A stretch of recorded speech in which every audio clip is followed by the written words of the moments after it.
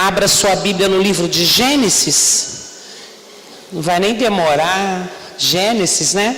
Todo mundo sabe. Se não sabe, não, tá frio. Gênesis capítulo 21. Gênesis capítulo 21. Nós vamos falar de alguns personagens aqui desse texto, muito conhecidos, todos eles. Mas eu quero compartilhar algo de Deus ao teu coração, da mesma forma que o Espírito Santo ministrou ao meu, eu quero passar para você. Quero que você fique atento aos detalhes daquilo que o Espírito Santo tem para ministrar ao nosso coração. A palavra de Deus diz que a fé vem pelo ouvir e ouvir a palavra de Deus. Se você realmente ficar atento àquilo que o Espírito fala com você através da palavra, você conquista além do normal. Mas é necessário que a palavra de Deus seja prioridade na sua vida. Gênesis capítulo 21, a partir do verso 1, diz assim: Visitou o Senhor a Sara como lhe dissera, e o Senhor cumpriu o que lhe havia prometido. Sara concebeu e deu à luz a um filho, Abraão, na sua velhice, e também determinado do que Deus lhe falara. Ao filho que lhe nasceu, que Sara lhe dera à luz, pôs Abraão o nome de Isaque. Abraão circuncidou seu filho Isaque, quando este era de 8 dias, segundo Deus lhe havia ordenado. Tinha Abraão 100 anos, quando lhe nasceu Isaque, seu filho. E disse Sara: Deus me deu motivo de riso, e todo aquele que ouvir isso vai rir-se juntamente comigo. E acrescentou: quem teria dito a Abraão que Sara amamentaria um filho? Pois na sua velhice lhe dei um filho. Isaque cresceu e foi desmamado. Nesse dia em que o menino foi desmamado, deu a Abraão um grande banquete. Vendo Sara que o filho de Agar, a egípcia, o qual ela dera à luz a Abraão, caçoava de Isaque, disse a Abraão: rejeita essa escrava e seu filho, porque o filho dessa escrava não será herdeiro com Isaque, meu filho. Pareceu isso muito penoso aos olhos de Abraão por causa de seu filho. Disse, porém, Deus a Abraão: não te pareça isso mal por causa do moço e por causa da tua serva. Atende a Sara em tudo que ela te disser, porque Isaque será chamado a tua descendência. Mas também do filho da serva farei uma grande nação, por ser ele teu descendente. Versículo 30. Respondeu Abraão: receberás de minhas mãos as 7 cordeiras, para que me sirvam de testemunho de que eu cavei este poço. Por isso se chamou aquele lugar Berseba, porque ali juraram eles ambos. Assim fizeram aliança em Berseba, e levantaram-se Abimeleque e Ficol, comandante do seu exército, e voltaram para as terras dos filisteus. Plantou Abraão tamargueiras em Berseba, e invocou ali o nome do Senhor Deus eterno. E foi Abraão por muito tempo morador na terra dos filisteus. Você pode se assentar, por favor, deixe a sua Bíblia aberta. Nós vamos citar alguns outros versículos durante essa ministração. Eu escolhi como tema para essa palavra a seguinte frase: as circunstâncias não irão comprometer as promessas. Você pode dizer para quem está do seu lado: as circunstâncias não irão comprometer as promessas. Eu estava lendo, passei hoje a maior parte da tarde estudando um pouco sobre Abraão, lendo esse texto, mesmo sendo uma história muito conhecida. Quem já ouviu falar de tudo aquilo que Deus gerou na vida de Abraão e de Sara? É uma história que marca o princípio do exercício da fé. Isso me chamou muita atenção hoje. Na parte da tarde, eu lendo sobre Abraão, e entrei em alguns pontos, tentando ter um maior conhecimento sobre a história de Abraão, e achei algo interessante dentro de um comentário na internet, que hoje também nos auxilia muito no preparo das pregações, e aquilo me chamou a atenção, mexeu comigo.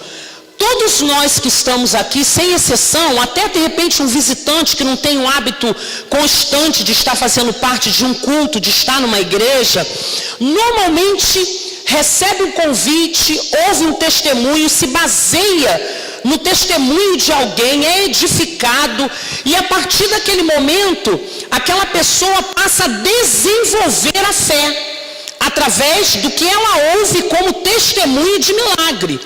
Quem nunca ouviu num congresso de mulheres alguém ministrando, olha, eu venci isso, meu marido era assim, o filho era drogado, ou tinha a mesma circunstância de Sara, vivia a esterilidade, e Deus entrou com o milagre, Deus realizou o milagre. Todos nós, talvez em um dado momento, ouvimos alguém dar testemunho daquilo que viveu. E o que acontece quando nós começamos, Elaine, a nos identificarmos com aquele testemunho? A nossa fé, Maurício, ela é alimentada. Ela começa a surgir, ela começa a aparecer, ela começa a acontecer. Por quê? Porque você está ouvindo que alguém passou pela mesma circunstância que você passou, mas conseguiu em Cristo alcançar a vitória e milagre. E eu fiquei pensando na circunstância de Abraão, e automaticamente quando você vai preparar uma pregação sobre Abraão, te remete a Hebreus capítulo 11, porque é lá que Abraão foi citado como pai da fé. E eu fiquei pensando, gente, o pai é aquele que gera. Abraão, anteriormente a ele, não havia sido edificado por testemunho nenhum. Pensa comigo, eu fiquei lendo, fui lá em Hebreus capítulo 11 e falei, gente, às vezes nós estamos lendo a palavra, ouvindo histórias repetidamente, mas não conseguimos mergulhar dentro do contexto daquilo que a palavra de Deus cita. Dado momento, Deus fala com Abraão, sai da tua terra, da tua parentela, vai para um lugar que eu vou te mostrar. Vou te dar uma ideia, ninguém antes dele havia sido desafiado a viver de fé. Por isso, quando chegamos lá em Hebreus capítulo 11, nos deparamos com a circunstância de ser intitulado como pai da fé, aquele que gerou, aquele que deu o primeiro testemunho de milagre, naturalmente, através simplesmente de uma ação de obediência. Literalmente Abraão se posicionou em relação à fé. E a partir disso aí, todos nós que viemos posteriormente a Abraão, ouvimos a história dele, de sua mulher, como testemunho de edificação. Mas anteriormente não, Abraão se posicionou dentro daquilo que era um desafio novo, uma novidade para ele, sair de um lugar, acreditar na cura da esterilidade, ter um compromisso de obedecer todas as direções que foi dado a ele. E eu comecei a achar isso incrível. Eu falei, meu Deus, temos alguém que foi o pontapé inicial para que eu e você pudéssemos ser gerados por fé. E eu achei incrível essa posição. Se você ler o texto anteriormente do capítulo 21 de Gênesis, você vai se deparar no capítulo 20, Abraão e Sara peregrinam em Gerar, e ali começa toda uma história de Deus na vida de Abraão e de Sara, até dado o momento que chega o anjo do Senhor e anuncia um milagre para Sara. Aí a gente cita sempre, pastor, a questão de Sara ter ouvido. Se você ler, nós vamos citar um versículo aqui que você vai entender. A Bíblia fala isso, que quando isso aconteceu, essa informação de uma mudança radical na vida de Sara, a palavra do Senhor diz que quando ela ouviu o anúncio de algo também, Ana, que precisava de fé, Sara botou a mão na boca e riu daquilo que ela estava ouvindo. Alguém pode dizer na sua ignorância: Sara, ela riu de deboche, ela duvidou. Não, é porque anteriormente a Sara também não havia tido ninguém que vivenciasse essa experiência. Você imagine chegar para uma mulher de quase 100 anos de idade e anunciar para ela uma gestação. Gente, todo mundo aqui ia rir. Se um anjo aparecer para mim, pastor, viu as meninas do balé dançando aqui domingo, falou: penso até com a pastora de uma menina. Eu falei: vai pensando errado, aqui não sai mais nada, tá maluco, só as netas agora, vai ver as netas dançando balé. Eu já sou resistente, porque 42 anos, filhos já casando, quero filho pequeno, nada. Não que filho não seja benção, mas deixa para vocês aí que são mais novos. Eu já colocaria a mão na boca e iria rir, irmã Sueli, e falar: Deus está de piada. Você imagine uma mulher que anteriormente nunca ouviu falar de cura de esterilidade, com 100 anos ser ministrada, querido. Tem um versículo no capítulo 21 que diz o versículo que quando aqueles que ouvem e que leem a história de Sara, quando fala: e tinha Abraão quase 100 anos, diz que você já não riu em algum momento de alguma pregação falando de Abraão e Sara. Fala: gente, será que isso é verdade? Tem homem aí com 35 que já está aposentado. Tem homem com 60 que a mulher está: meu filho, Jesus é bom, mas chega mais junto, né? Quando você imagina e marque 100 anos, dizer o cara, pegou Sara e ela engravidou, porque não foi o Espírito Santo não, filhinho, foi Abraão. Foi Abraão. Eu vou dizer para você uma coisa: muitas vezes nós estamos julgando circunstâncias sem entender a profundidade daquilo que está se vivendo. Estava acontecendo algo inevitável, algo incrível, algo que não tinha acontecido antes. Deus escolhe um casal de vovó e vovô, velhinhos, já cansados, saindo da terra. Primeiro que Deus tira da terra, ali do conforto, a sua zona de conforto, manda para perambular para um lugar e diz: aí eu vou te dar um filho. São coisas que não conseguem acompanhar a nossa mente humana. E eu vou dizer para você: Abraão e Sara não eram seres espirituais, era uma mulher e um homem natural. E as circunstâncias impediam aquele casal de, humanamente falando, acreditar que aquilo era possível. Mas eu quero dizer para você nessa noite que quando Deus libera uma palavra, aquilo que aparentemente seja impossível, que as circunstâncias digam: não tem como, não há como, é impossível, não há possibilidade, Deus diz para você: mas eu escolhi a tua casa para gerar promessa na tua vida. É assim que Deus faz, querido, é assim que Deus age. Aí eu fico pensando: que coisa mais linda. Aí passa o processo, Abraão começa a peregrinar. É uma característica de todo o povo de Deus, essa peregrinação. Hoje nós não ficamos como nômades. No passado isso era comum, era cultural naquela região. Sai de um lugar, vai para o outro, faz cabana, mora aqui, sai. Era meio nômade, né? Meio, vamos usar um termo atualizado, meio ciganos. Viviam assim. Aí Deus começa a colocar Abraão, diga para quem está do seu lado, no processo de espera. Que não é fácil, pastor. Deus começa a gerar na vida de Abraão e Sara um processo de espera. Aí Deus começa a querer aumentar o grau de fé, gerar na vida de Abraão e Sara algo inusitado. Começa a se revelar para eles através da fé. Abraão saiu da zona de conforto para o lugar que Deus mostrou, que ia mostrar, e nessa peregrinação Deus começa, porque já havia escolhido a casa, porque aonde havia infertilidade, esterilidade, sabe o que Deus libera? Pai de multidão, nação, prosperidade, filhos. Nesse processo de espera e peregrinação, Preste atenção. Deus começa a prosperar Abraão. Abraão começou na sua caminhada, ele subiu a um dado lugar, quando voltou, aonde ele passava, coisas eram geradas, inclusive financeiramente. Mas Abraão viveu o quê? O processo de espera. Não foi fácil, não é brincadeira.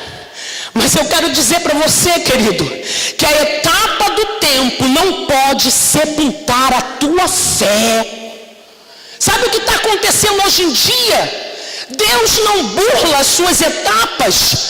E o tempo que a gente fica esperando, se não tomarmos cuidado, ao invés de prosperarmos naquilo que vivemos, vamos sepultar a nossa fé com o tempo.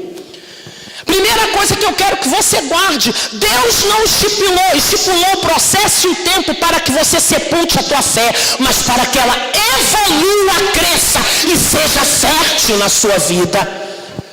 É isso que Deus quer gerar.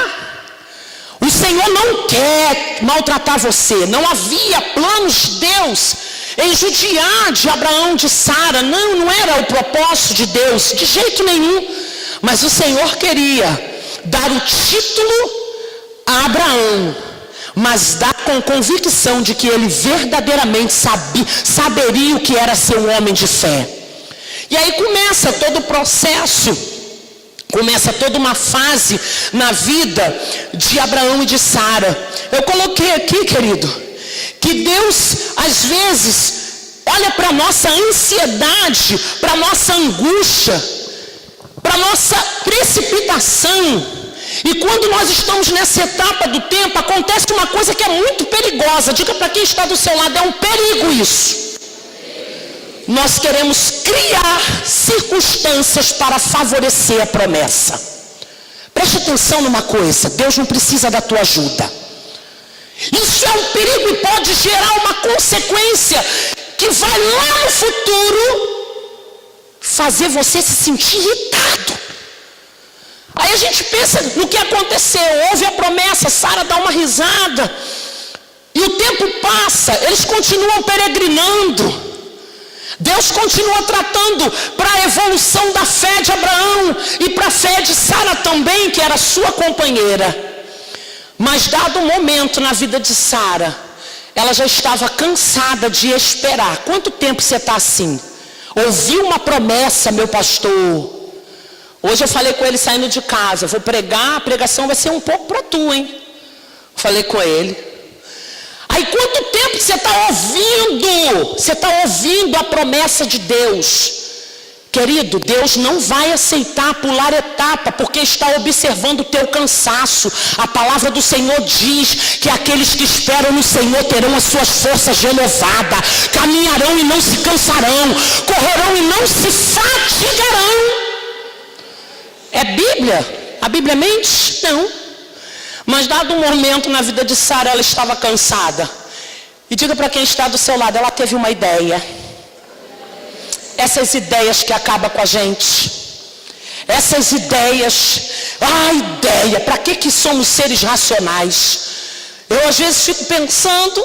Eu falo: meu Deus, Senhor, por que o Senhor não nos fez povo seu, mas meio robótico? Sim, Senhor, ok, Senhor, tudo bem, Senhor, porque o Senhor nos deu o direito de escolha, porque junto com a escolha vem ideias que não provêm do coração de Deus, porque no tempo de espera, querido, você dá a mania de achar que Deus está precisando da tua colaboração para o cumprimento da promessa. Aí vai você fazer o que Sara fez. É incrível. Eu estava lendo esse texto, li o capítulo 19, 20, 21, passei o 22. Sara inicia tendo a brilhante ideia: poxa, eu tenho uma serva, eu vou dar uma colaboração para o processo. Deus falou que é sobre a descendência de Abraão, então é dele. Vem cá, Agar. Se deita. Sara preparou e fez com que Agar se deitasse com Abraão e gerasse Ismael. Não é o pastor, mas o Ismael lá de Abraão e Agar. Porque no dado processo de espera, ela se cansou e teve uma ideia. Sabe qual é a minha palavra para você nessa noite? Deus não quer que você tenha ideia nenhuma. Deus não quer. Se mexe aí na cadeira, balança a cabeça ou o braço, todo mundo, aqueles que puderem. Estátua. Cristina perdeu, se mexeu. Sabe qual é a palavra de Deus para mim e para você muitas vezes no momento e no processo de espera? Estátua. Para. Mas aí você tem uma ideia, estou cansado, pega um banco. O Senhor não quer a sua ajuda. O Senhor não está te dando ideia. Qual foi a ordem de Deus para Sara, para Abraão? Você vai gerar. Você vai ter um filho, mas o tempo faz a gente vir e mexe ter ideias. Ideias que comprometem o processo e o projeto final de Deus. E faz com que a gente pague preço desnecessário. Deus não quer ideia sua, irmão. Tu é limitado. Nós servimos a um Deus onisciente, onipresente, onipotente. A onisciência de Deus leva ele ao conhecimento do futuro. Deus fez a promessa, e quando ele entra na tua casa e diz assim: eu vou fazer, eu vou gerar na tua vida, pode se preparar que ele não precisa da tua ajuda para que isso aconteça. Ele não precisa da sua ajuda. Aí entra todo aquele processo que a gente já sabe. Sara pega H, que vai dar sugestão para ela. Por quê, querido? Ela não soube sentar na cadeira da espera e obedecer aquilo que Deus havia dito que ia fazer. Deus não precisa da minha e da sua colaboração. Para de achar que se você fizer isso, falar isso, tomar essa atitude, você vai burlar a etapa da espera que eu e você temos que viver. É necessário que você fique, espere.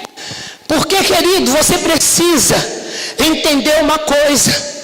Deus não precisa de amigos, de telefonema, de conhecimento. Deus não precisa que o Anderson vá para um encontro e conheça alguém. Se Deus tem a promessa na casa dele, ele vai gerar na casa dele. Ele não precisa de ninguém para que a palavra dele se cumpra na tua vida.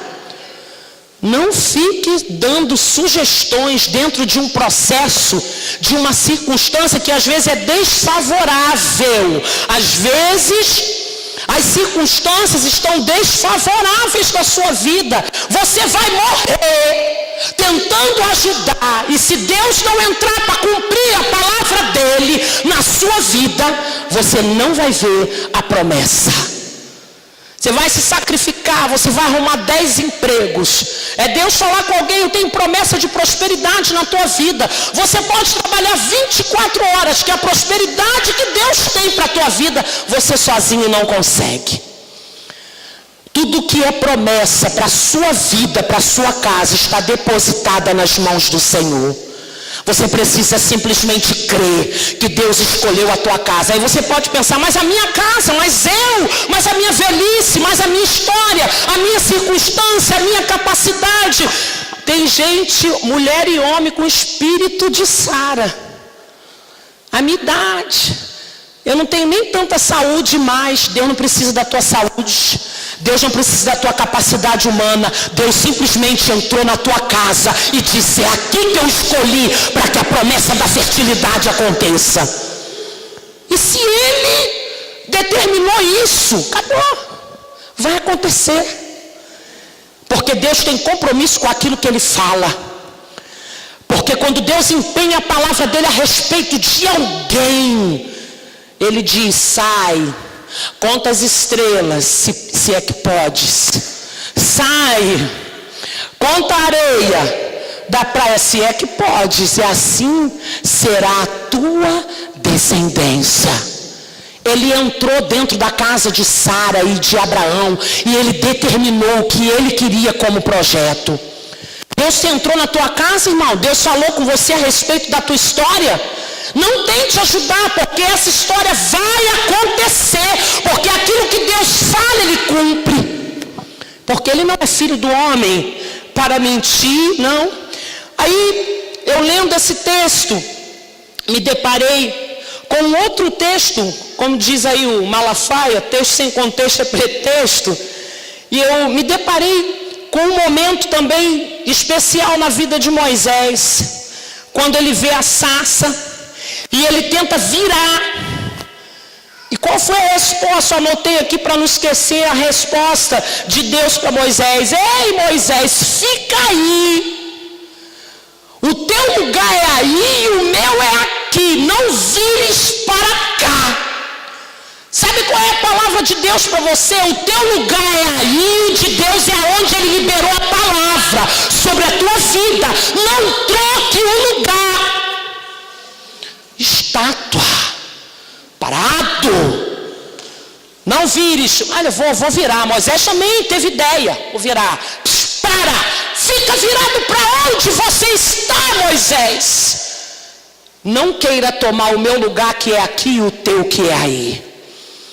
O Senhor está te dizendo, em nome de Jesus, o que Deus falou vai se cumprir, não por conta das suas ideias, elas vão se cumprir, porque foi Deus que abriu a boca e disse que vai fazer acontecer.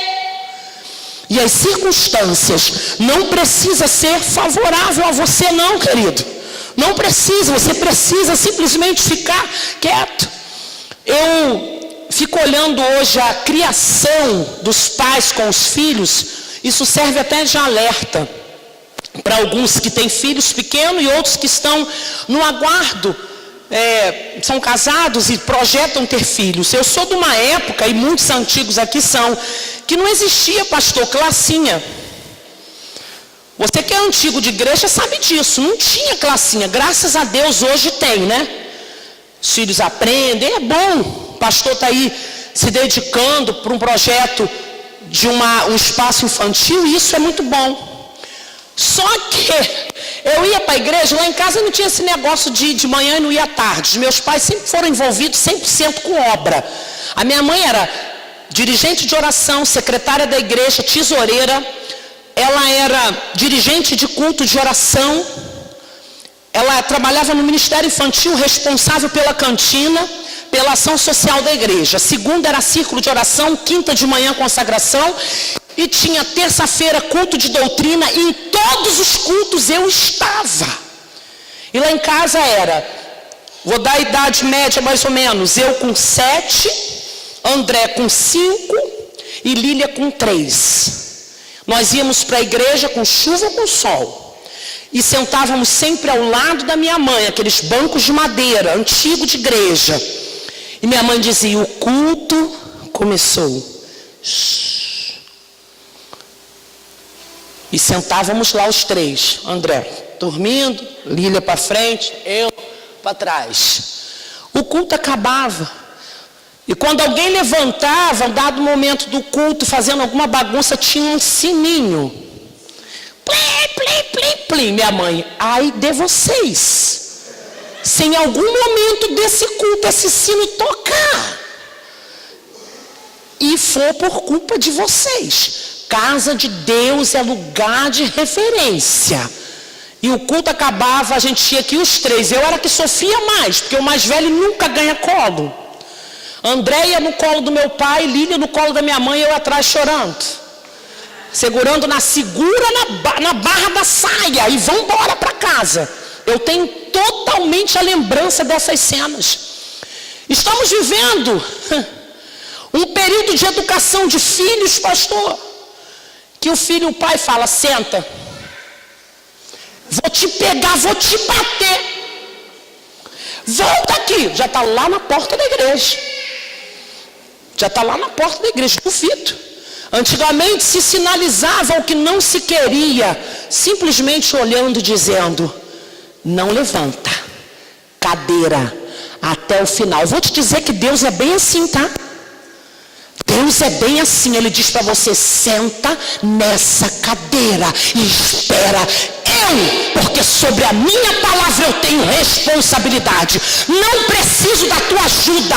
Senta, porque aquilo que eu tenho para gerar na tua vida, eu vou fazer. A responsabilidade não é tua. A responsabilidade é de quem disse que ia fazer. Fica no teu lugar, faz o teu papel, porque aquele que prometeu é fiel para cumprir. Aí, finalizando essa palavra, chega um momento que eu acho incrível. E nessa pesquisa, né, que eu fiz hoje à tarde, uma pesquisa natural, não foi espiritual não, entrei lá, fiquei pesquisando. A Débora: sogra, tu tá escrevendo de novo? Eu falei: tô, Débora, preciso me embasar aqui para ministrar sobre a igreja. Foi a resposta que eu dei para ela. Deus não escolheu e nem errou de vaso, não, é você mesmo. Eu sei que talvez no coração de Sara, em um momento, ela deve ter pensado: não é possível que Deus me escolheu, né? Abraão, não é possível que Deus me escolheu para dizer que seria pai de uma grande nação, aonde a esterilidade, fertilidade, era muito contraditório com as circunstâncias que eles estavam vivendo. Mas, que isso? Isso é a Sheila? E aí, fico pensando no processo. Chega um momento, querido, que você, Sara, não precisava, Anderson, da visita de ninguém rico, de um médico, até porque não trabalhava-se com genética naquela época de Sara e de Abraão, então não tinha essa possibilidade.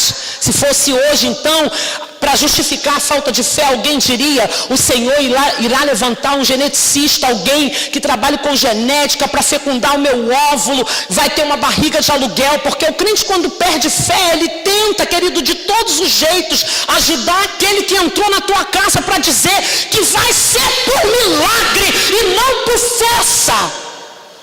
Vai ser por milagre. Aquilo que você vai viver vai ser por milagre e não por força. Preste atenção nisso. Não adianta fazer força. Aí chega esse momento, e eu quero que você tente imaginar. Você não precisa de nada disso. Sara não precisava de nada disso. Sabe o que ela precisava? De uma visita. Sabe o que você precisa para ter esse teu problema resolvido, essa conta paga, esse filho liberto, esse casamento restaurado, a tua história mudada? Diga para quem está do seu lado: de uma visita. Você precisa só disso, irmão. Você precisa de uma visita. De quem? Do pastor. Da pastora Rosa. O pastor fica fazendo propaganda aqui. A pastora vê demônio, tirar. Aí essa segunda-feira eu fui dar uma pastoral. Nem contei para o Paulo como se iniciou essa pastoral. A irmã me olhou e disse: já que o pastor sempre fala que a senhora vê tudo. Eu falei: irmã, não é bem assim não. Quem me dera eu estar rica, porque eu não ia jogar na cena, mas ia falar para alguém, tipo assim, que não tem cara de crente. Deixa eu ver. Os adolescentes já estão falando: a pastora vai apontar para mim, vai apontar para mim. E diria: joga na cena para mim, depois dá o dízimo e Jesus te perdoa. Não é assim, querido. A minha visita não poderia mudar a esterilidade de Sara. Mas a Bíblia fala que Deus visitou Sara. E ele engravidou, tem barriga. O bucho cresceu igual da Juliana. Sabe o que tu está precisando? De receber a visita daquele que te fez a promessa. Porque ele vai fazer se cumprir na tua vida. Ele vai. E aí começou, pastor, o cumprimento. E Deus visitou Sara e Sara engravidou. Eu não quero me ater a Ismael, a situação de Agar, porque tem coisas que nós não podemos ajustar quando inicia errado. Não podemos, não é por sermos omissos não, é porque não temos forças para lidar com a circunstância. Aí Deus intervém. Deus, não sei qual foi a visão de Deus em relação à ordem, porque Sara inicia tentando ajudar Deus, dizendo: a minha serva te deitará. Mas quando ela já estava saturada e as coisas mal resolvidas dentro da casa de Abraão e Sara começa a incomodar ela diz: tire essa escrava daqui. Eu quero te dizer que as tuas ideias irão gerar transtornos para a tua vida, mas até por conta da promessa, Deus vai intervir nas tuas ideias e colocar em ordem a casa. Pode ter certeza. Mas eu não quero me ater a esse lugar não, de vou falar igual o pregador Chico. Em outro momento eu prego isso. Mentira, nem preparei mensagem sobre isso. Mas para brincar, aí Deus visita Sara. Sara engravida. Ai, gente, é muito lindo quando Deus, você fica parado no teu lugar e Deus vem e faz o que Ele prometeu. Cara, para de ter ideia, fica parado no teu lugar, porque Isaac vai acontecer. Isaac pode não ser um bebê. No meu caso eu não quero Isaac, eu não quero bebê mais, só neto. Mas eu fico pensando para Estéreo. Nossa, é diferente, querido. Eu sou a favor da adoção, eu sou a favor de fazer, né, lá processo para a mãezinha que não tem essa capacidade. Não sou contra não, sou a favor disso aí. A Gisele está batendo no Paulo, que ele deve estar falando: eu sou contra a adoção. Mentira, ontem estava ela deitada lá no colo dele, falo mesmo, vendo televisão. Mas eu quero dizer que é diferente. Deus não vai te dar paliativos, Deus vai cumprir a palavra dele. Ele disse que vai ser de um jeito, não adianta, vai ser. E aí Deus visita Sara, e Sara engravida. Aí para por aí não, nasce Isaac. Diga assim: Isaac nasceu.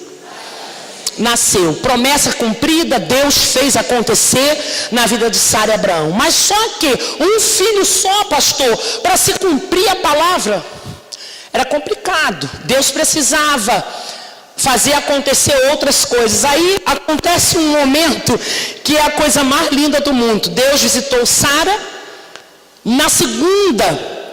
Na primeira geração de Abraão veio Isaac, aí na segunda Isaac cresce.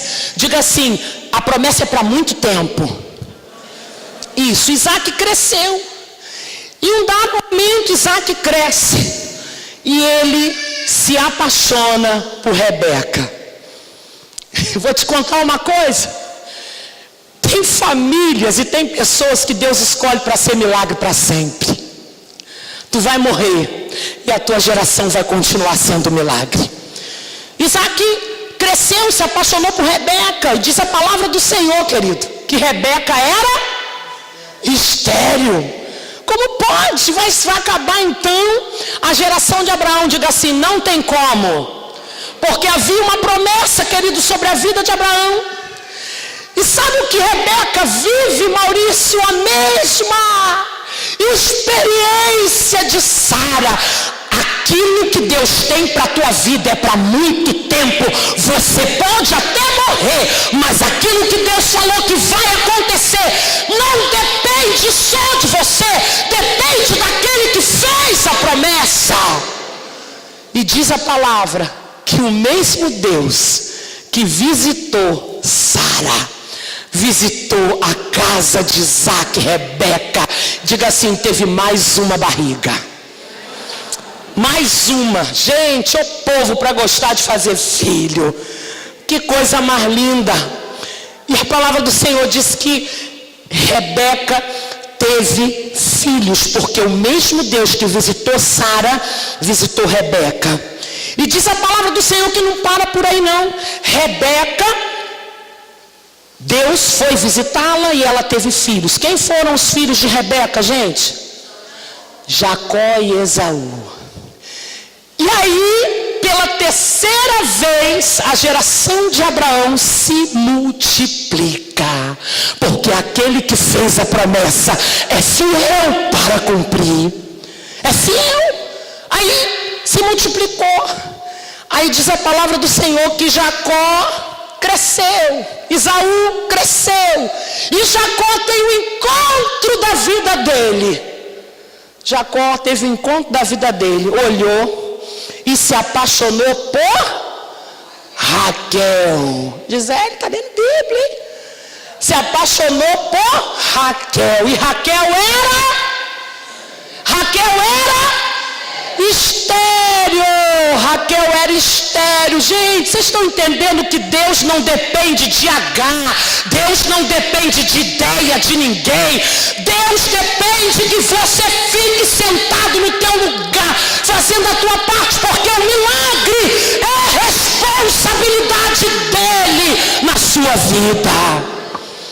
Aí diz a palavra do Senhor que começa a fechar o ciclo de fertilidade, para que Abraão nunca mais deixe de ser o pai de uma grande nação. A palavra do Senhor diz que Raquel também era estéril, mas viveu a mesma experiência de Sara e de Rebeca. E diz a palavra que Raquel foi visitada por Deus. E Raquel foi mãe de quem? José. Eu quero te dizer e convido você a se colocar de pé nessa noite. Eu quero te dizer, querido, que você não precisa ajudar Deus. Eu sei que é difícil, eu sei que é complicado muitas vezes sentar nesse banco como era no passado.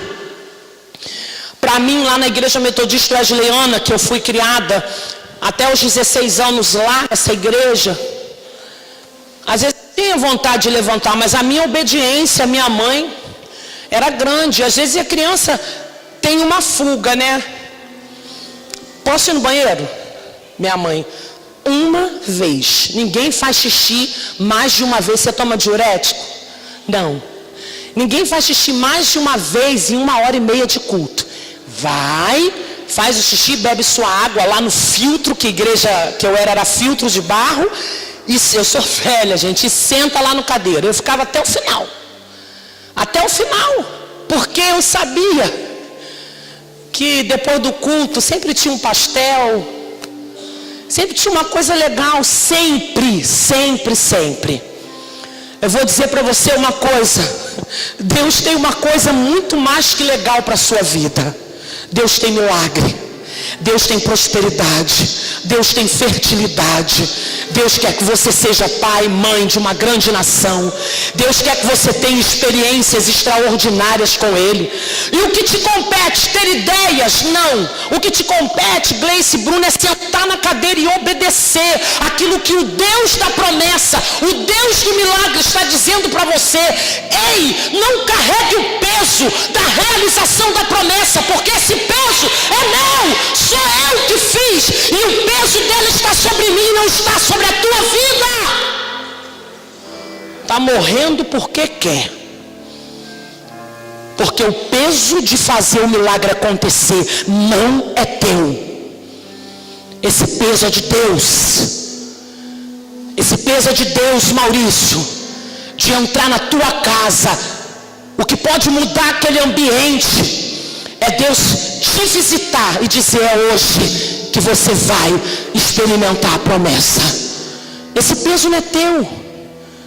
Sara se embaralhou e ofereceu a sua serva para Abrão, porque ela assumiu para ela o peso da promessa e teve consequências por isso. Óbvio, para que se o projeto de Deus fosse alcançado, Deus interviu, porque Deus nunca é omisso por falta de força. Ele entra e arruma a casa.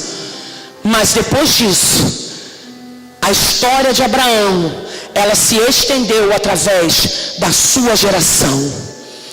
Eu quero te desafiar nessa noite, é um desafio mesmo. Você vai dar um de doido, um de maluco.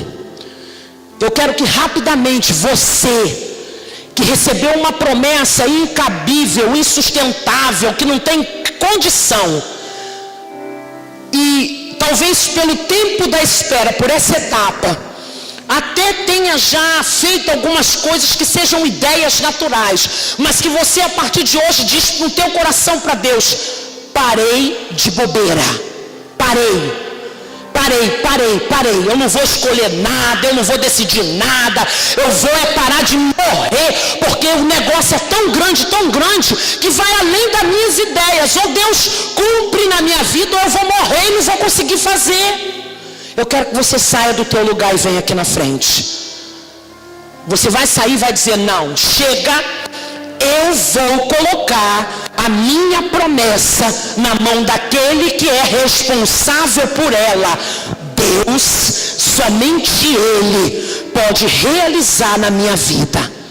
Não adianta você tentar ajudar, não adianta você fazer força, não adianta, você não vai dar conta. E aconteceu o que? Sara ia ficar toda hora entrando na casa de Isaac e Rebeca, oferecendo outra H. Sara ia entrar depois já velhinha, talvez morta, sei lá.